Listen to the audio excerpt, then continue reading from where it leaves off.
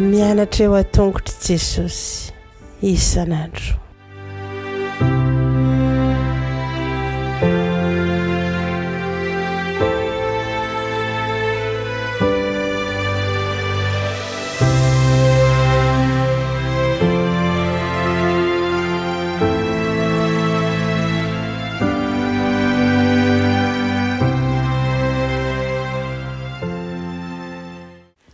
Miarabantsika tsirairay avy-indray tonga eto amin'ny fandraisana ny lesona ho an'ny lehibe isika amin'ity anio ity ka valiana hatrany ihany koa no irariana ny soanao ary ny iriana indrindra dia itombo fitiavana, itombo fahalalana ary itombo fahamarinana fanarahana ny tompo isika. No enterantsika ny amin'ny lesona anio dia hivavaka isika. Ianay tsara andrisan-danitra mbola velom-pisaoranao izahay noho ny amin'ny fitahinao sy ny fitantananao anay.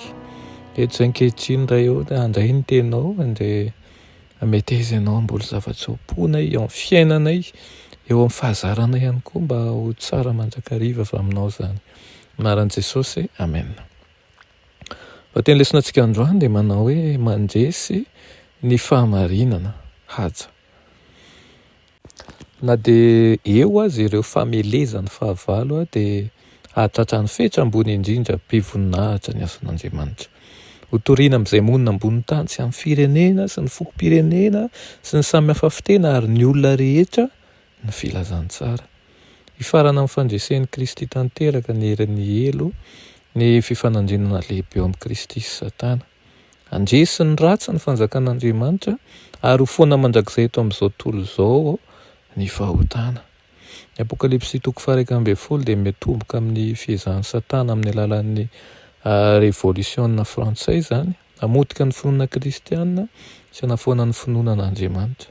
Saingy mifarana amin'ny fandresen'ny fanjakan'Andriamanitra ireo fanapahana sy ny herin'ny ratsy amin'io toko io. Fampahirezana ho an'ireo rehetra mandalo fizahan-toetra mafy noho ny amin'ny Kristy sy ny fahamarinana izany.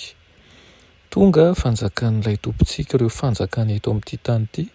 I Kristy ny mpandresy, resy ny ratsy mandresy Kristy resy Satana, mandresy ny marina, manjaka ny fahamarinana. Tsara ny anarahantsika n'ity torolalana manaraka ity, manao hoe ninona ahorina amin'ny fahefan'olombelona dia ho rava.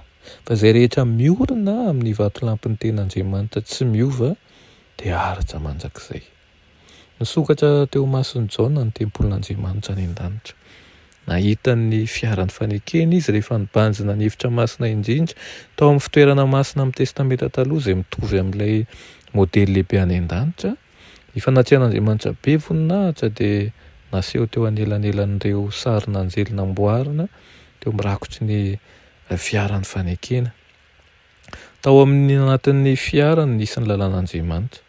Na dia vonjena amin'ny fahasoavana amin'ny lalan'ny finoana reriana azy isika, ny fankatoavana ny tenin'Andriamanitra kosa dia maneho raha tena marina ny finoantsika. Ny lalàn'Andriamanitra ny fototry ny fenitry ny fitsarana.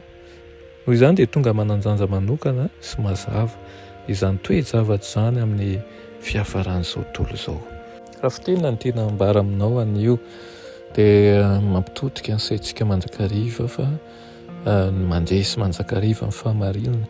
Na dia miezaka raha Satana hanao izay hanafoana azy hatramin'ny fisian'Andriamanitra, hatramin'ny mba tsy handraisantsika ny fandresena avy aminy, dia tsarovy fa mandresy manjakariva amin'ny fahamarinana. Efa nandresy Kristy dia tsy misy afaka maharombaka an'izany fandresena izany eo aminy.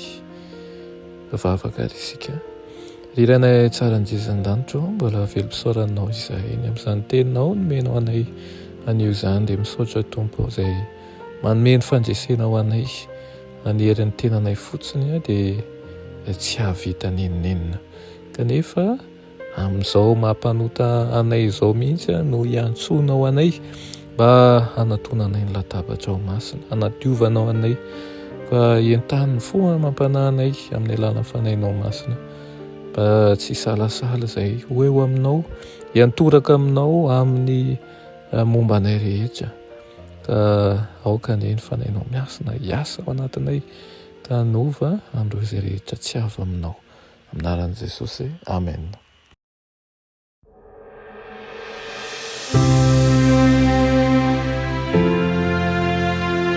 Mianatra eo a tongotry Jesosy isan'andro.